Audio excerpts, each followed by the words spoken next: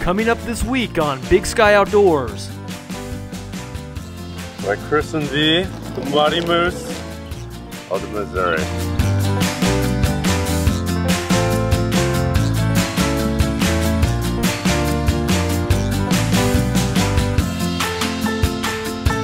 We follow a month-long adventure down the mighty Missouri River of Montana on a paddleboard. Next on Big Sky Outdoors.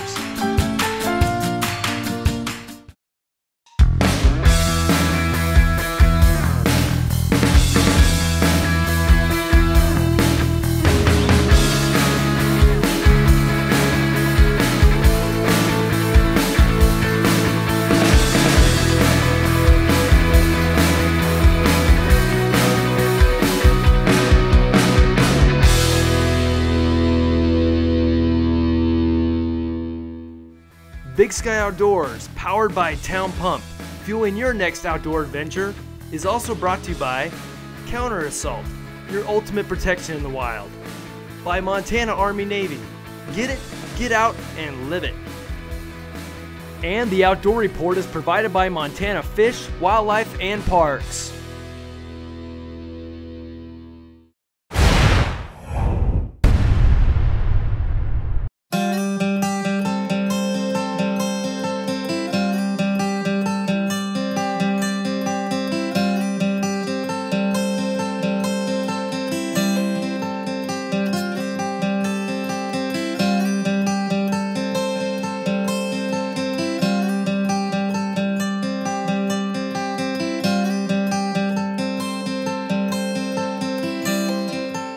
What made you want to do this? Everyone asks. Since I was a kid, I read about and watched other people's adventures. The idea of having my own adventure grew into something that I slowly started to make decisions around. I couldn't ignore it, and eventually the path was set. Amid the mundane chaos of everyday life, I decided to build a stand-up paddleboard and paddle at 2,400 miles down the Missouri River, from western Montana to St. Louis. It was time to trade my small city apartment for a tent and electrical plugs for a solar panel. I couldn't sit behind a computer every day and read about other people's adventures anymore. I had to create a trip that would influence the rest of my life. I knew there'd be a chance I'd regret leaving my stable job to travel down a river, but I also knew I'd definitely regret it if I didn't. My friend Josh and I head west, completing the board and enjoying the mountains along the way.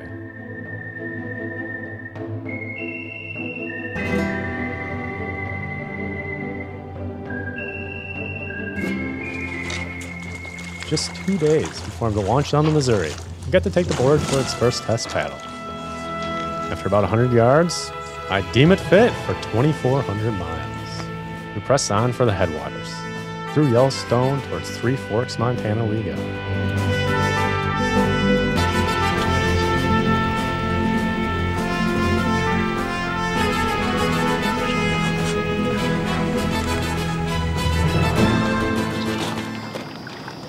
Alright, we didn't have any champagne, but we got a can of Moose Drool Brown Ale.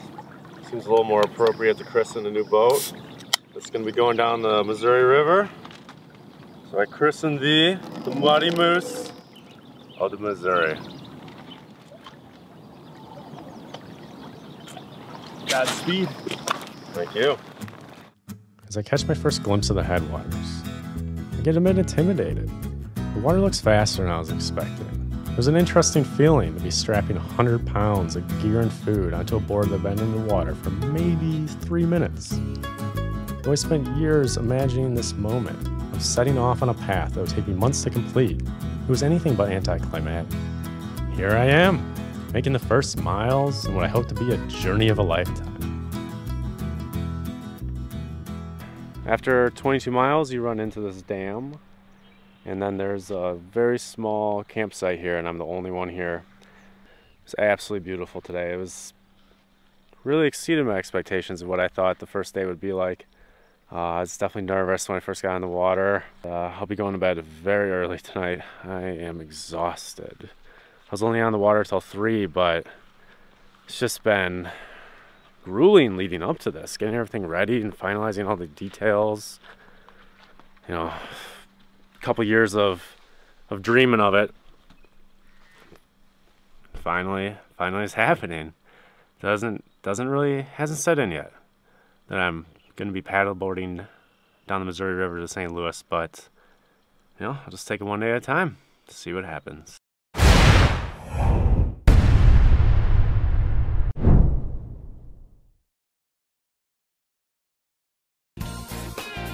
Cooler weather is right around the corner, and your local town pump has everything your family needs along with great savings. With over 90 convenient locations across Montana, we are sure to have everything you need and more.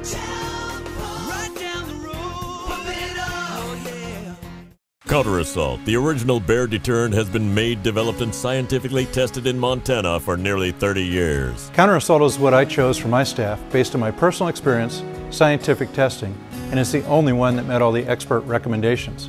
Spray time and spray distance are important in a bear attack, and Counter Assault has both. As an avid hiker, hunter, and outdoorsman, Counter Assault is my first line of defense in bear country. Carry what the professionals carry. Counter Assault, Grizzly Tough Bear Spray. Look for the red can.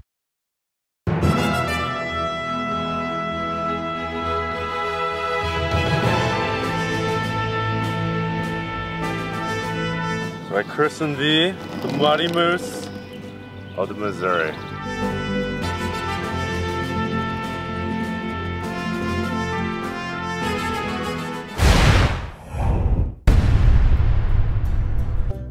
The second day begins with a portage, an activity I'll now be dreading. However, uneasiness continues to melt away as I soak everything around me in. The Missouri River is now my home for the next few months.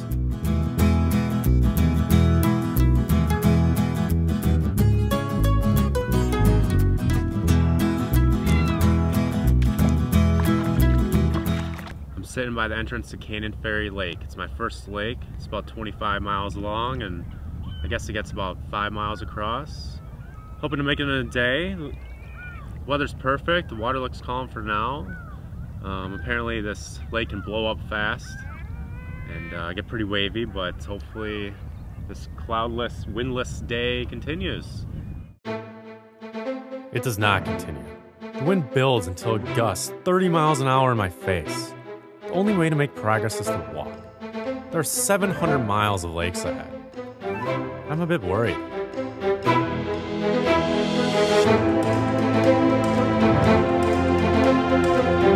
The next day is glassy calm and reveals a theme that will hopefully persist for the whole trip. The day of struggle is rewarded with cooperative conditions and inspiring encounters.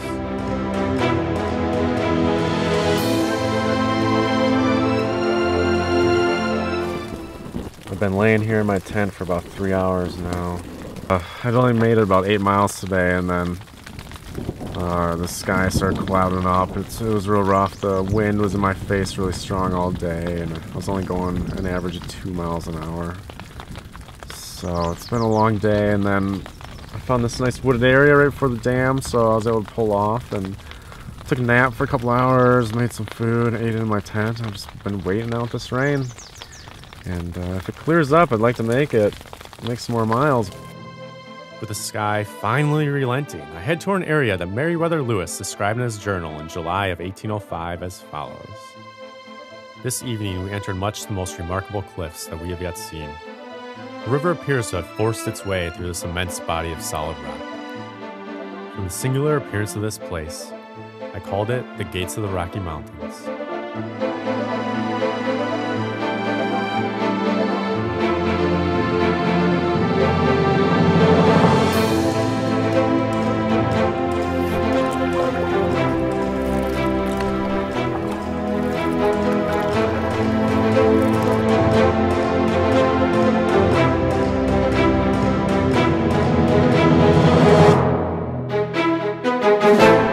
It's been raining in the last few days, and combine that with all the waves I've been getting, most of my clothes are pretty damp. I've taken over about 6 picnic tables here and trying to get everything dried out because it'll be about 6 more days before I stop at an actual town, do some laundry.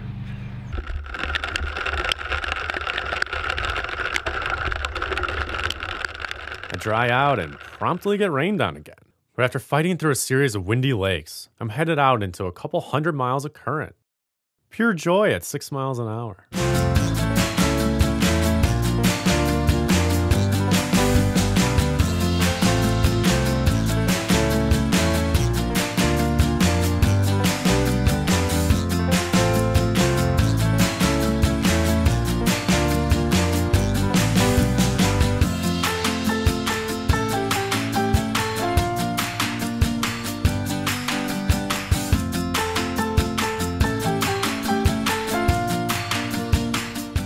This might be my favorite campsite yet. I'm pretty protected by the wind, and nice green pasture where cows are roaming outside. And today was day number 8. It was my longest day yet. I did 43 miles. Pretty happy with that. I wanted to be able to get to Great Falls tomorrow, which is about 25 miles away.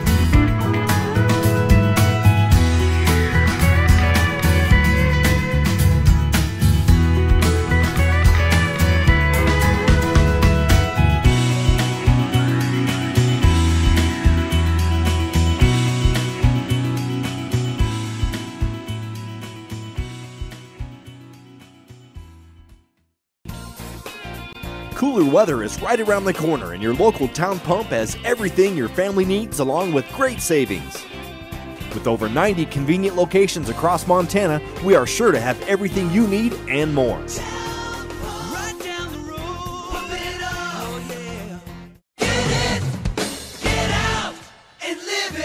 Army-Navy is your hunting headquarters. It's the best place around when you're serious about saving money on the things you need to go hunting. Knife sharpeners, wool gloves, backpacking meals, optics, socks, boots, insoles, stoves. Why, it's a virtual hunter's checklist. All name brands and all at fantastic savings. On Highway 2 in Evergreen and Highway 93 in Whitefish.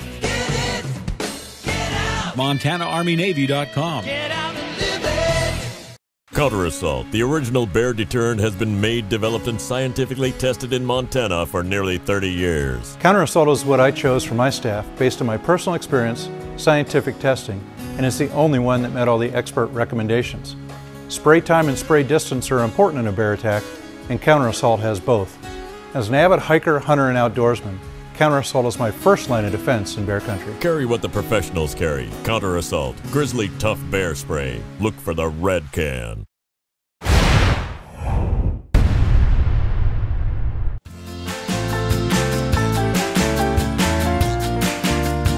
There's one person I want to spend some of this trip with. It would be my dad.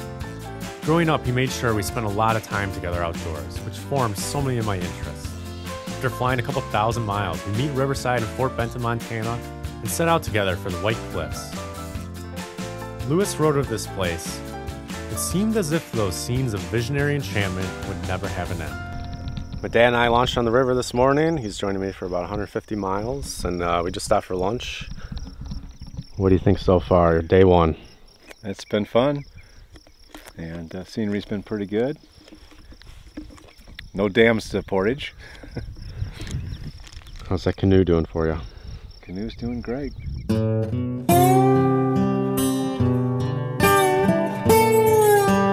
My dad's provided me with so many experiences and opportunities. I'm happy to now be the one bringing something new to him.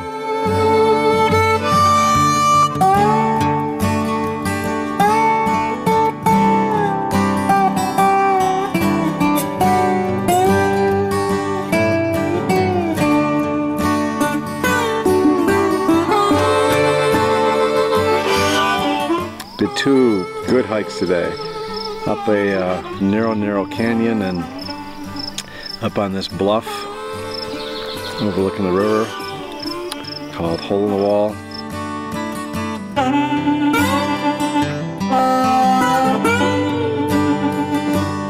Good day, good day.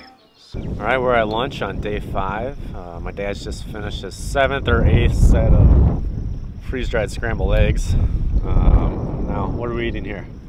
Apple cobbler, freeze-dried apple cobbler. It's really good. It's little chunks of apple with some sort of sugary, pasty-like stuff. It's really good.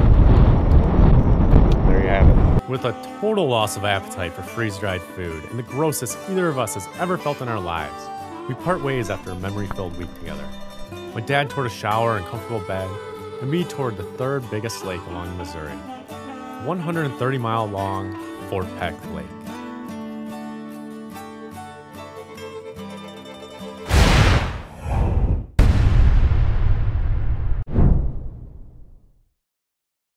Here's this week's outdoor report by our friends at Montana Fish, Wildlife, and Parks. 138,000 non-resident anglers will tell you that Montana is one of the best sport fishing destinations in the world.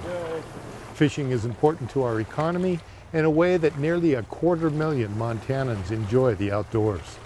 So when this northern pike, a top-tier predator, showed up unannounced in one of Montana's premier fisheries, anglers were concerned on how this illegal introduction would affect their fishing.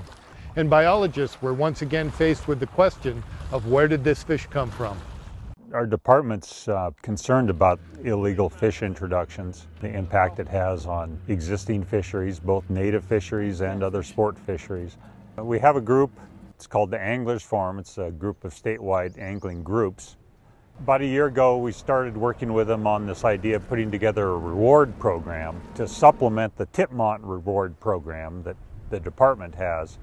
I just started fishing 4 years ago and got involved in Walleyes Unlimited. And we stress reporting. Tipmont is the place to call, get the boat number, and then let law enforcement, game wardens, do what they need to do. It's just a matter of making people aware that they are being watched by people who are really concerned about what it is this resource offers for everyone. This is an issue that is really concerning to Montana Trout Unlimited. If we're willing to put in over $10,000 for the successful prosecution of somebody that is caught and convicted of these illegal introductions, it's not just a trout issue, it's not just a walleye issue, it's not just a pike issue, it's a Montana issue, and it's an issue that's going to affect all of our fisheries. Walleyes Forever, Pike Masters, Bass, the Montana Wildlife Federation, and Foam are also contributing. We're asking for help from anglers and angling groups, the very people who have the most to lose. This is Mike Gurnett, out with Montana's Fish, Wildlife, and Parks. How's it going, buddy? You know, I've been coming up to hunt this ranch for 15 years. Yeah, he helps a little bit. He's more of just somebody to laugh at. It's really been great. And now it's a lot more fun with, you know, my girls. Just the look on the kids' faces when they finally knock one down. Something that I'll remember forever. Without that relationship, they wouldn't have that opportunity. It's landowners and hunters working together is what makes things work the best. Absolutely. Cooler weather is right around the corner, and your local town pump has everything your family needs along with great savings. With over 90 convenient locations across Montana, we are sure to have everything you need and more.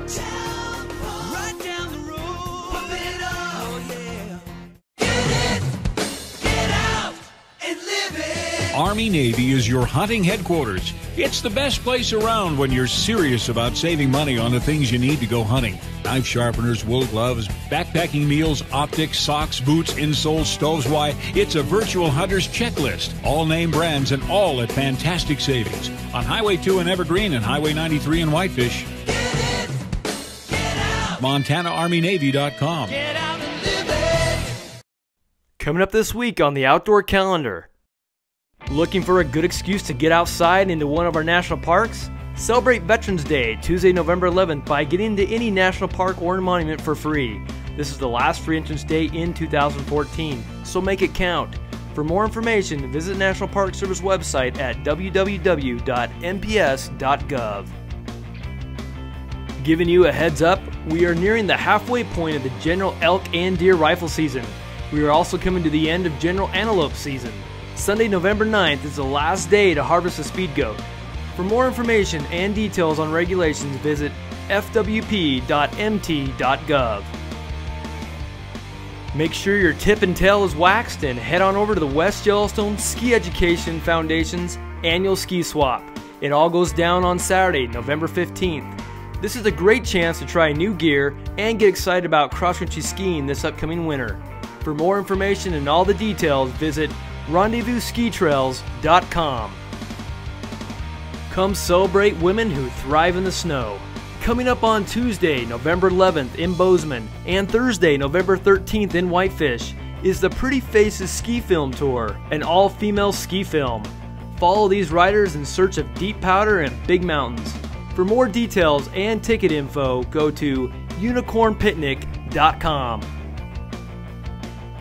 If you have an event that you would like to post on Big Sky Outdoors, go to our Facebook page or www.bigskyoutdoorshow.com.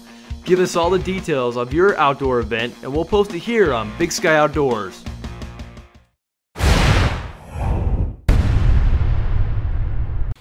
Well, I reached Fort Peck today, the mythical Fort Peck. Pretty much every local I've run into has said, oh, the wind can blow out there. You can see 4 to 6 foot waves, white caps.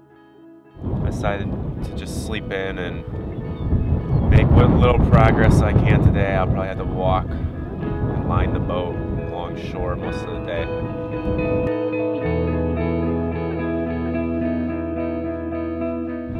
Oh man, today was a tough day.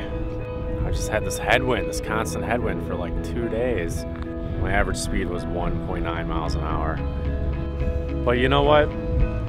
It's alright, because I ended my day on this rocky dirt beach watching the sunset. It's actually pretty nice.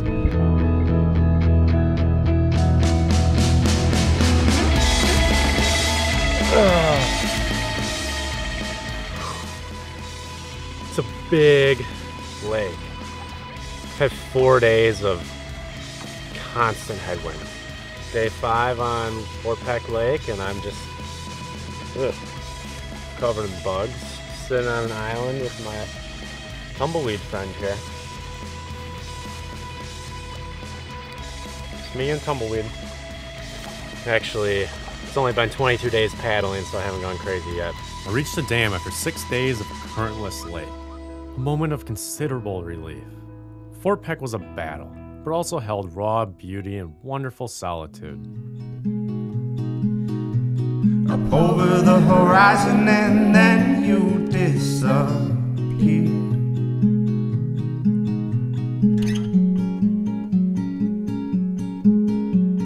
60 knots into the wind. The sky opened up and swallowed both your wings. When darkness falls over us all, the wind picks up and overturns the hall. I just crossed into North Dakota. Montana's behind me and North Dakota's in front of me. Can't wait to go back. I'm really glad I got to spend about 700 miles there. And the wind's in my back and the current's strong, so all in all, it's not too bad.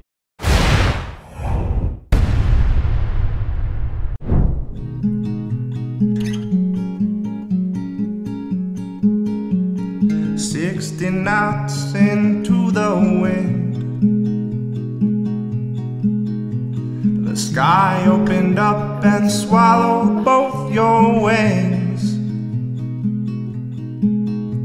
When darkness falls over us all."